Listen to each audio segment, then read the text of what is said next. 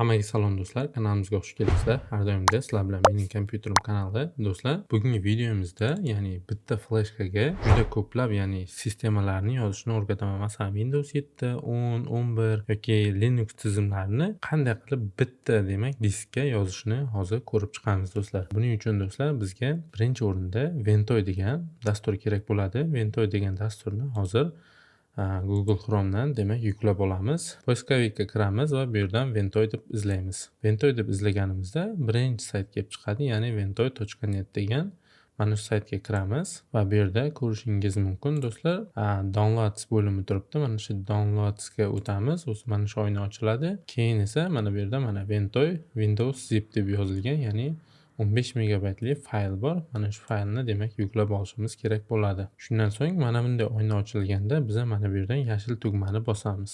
Biroz kutib turamiz. Bu yerda skachat boshlanadi. Skachat qilib bo'lgandan so'ng faylni demak ochib o'rnatishimiz kerak bo'ladi. Faylni chiqarib olamiz bu yerga. Kopировать. Ставить. Va endi chiqarib olgan faylimizni o'rnatishimiz kerak bo'ladi. Bu yerda ko'rishingiz mumkin, mana bu yerda Ventoy 2 disk degan faylga kirishimiz kerak bo'ladi. Do'stlar, endi mana bunday oyna ochilganda biza bu yerdan birinchi o'rinda fleshkamizni tanlashimiz kerak bo'ladi. Bu yerda menda 32 lik fleshka turibdi. Mana bu yerdan install tugmasini bosishim kerak bo'ladi. Bu yerda aytayaptiki, sizdagi fleshkadagi hamma ma'lumotlar o'chib ketadi deyapti. Men bunga rozilik bildirmoqchiman. Bu yerda 2 marta yana tekshiring deyapti. Ya'ni fayllar o'chib ketadi deb ikkinchi marta ogohlantiryapti va bunga yana bir marta rozilik bildiraman.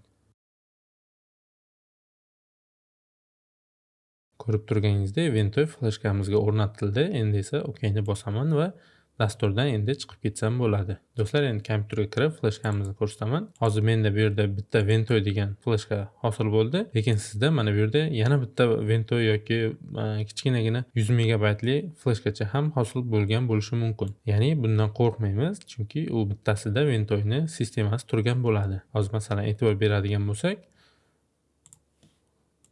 bu yerga kiramiz, ya'ni upravlение diskka. O'sha narsani hozir sizlarga ko'rsatmoqchiman. Ya'ni pastga tushamiz, mana Ventoyni fleshkasida e'tibor bersangiz, mana Ventoy EFI degan yana bitta bo'limi ham mavjud. Sizda mana shu bo'lim ham ko'rinib qolgan bo'lishi mumkin bo'ladi. Bu narsadan qo'rqmaymiz do'stlar. Endi esa biza mana bu yerga fleshkamizni ichiga Windows obrazlarini tashlashimiz kerak bo'ladi. Menda Windows obrazlarini oldindan yuklab qo'yganman, chunki yuklash biroz vaqt olishi mumkin. Shuning uchun hozir sizlarga bu Windowslarni qanday qilib tashlashni ko'rsatib beraman. Masalan, bu yerdan biz ko'rsataman, ya'ni fleshkamizni oynasini bu tomonga olamiz. Bu esa meni, ya'ni Windowslarim. Masalan, XP ni tashlashimiz mumkin. Windows XP, Windows 10 kerak bo'lishi mumkin. Windows bu yerda 11 kerak bo'lishi mumkin. Mana prosta do'stlar shunchaki tashlasak bo'ldi. Ya'ni bular ISO formatda bo'ladi. Bularni masalan men Microsoftning saytidan yuklab olganman. Agarda ISO fayllar kerak bo'ladigan bo'lsa, Telegram kanalimda ham bir ikkitalari mavjud, ya'ni Windows 11, 10lar mavjud. Qolganlarni internetdagi saytlardan yuklab olsangiz bo'ladi do'stlar. Demak, tushunib turganingizdek, shunchaki mana shu ISO fayllarni, ya'ni Windows 7, 11larning faylini shunchaki fleshkaga tashlab qo'ysangiz bo'ldi.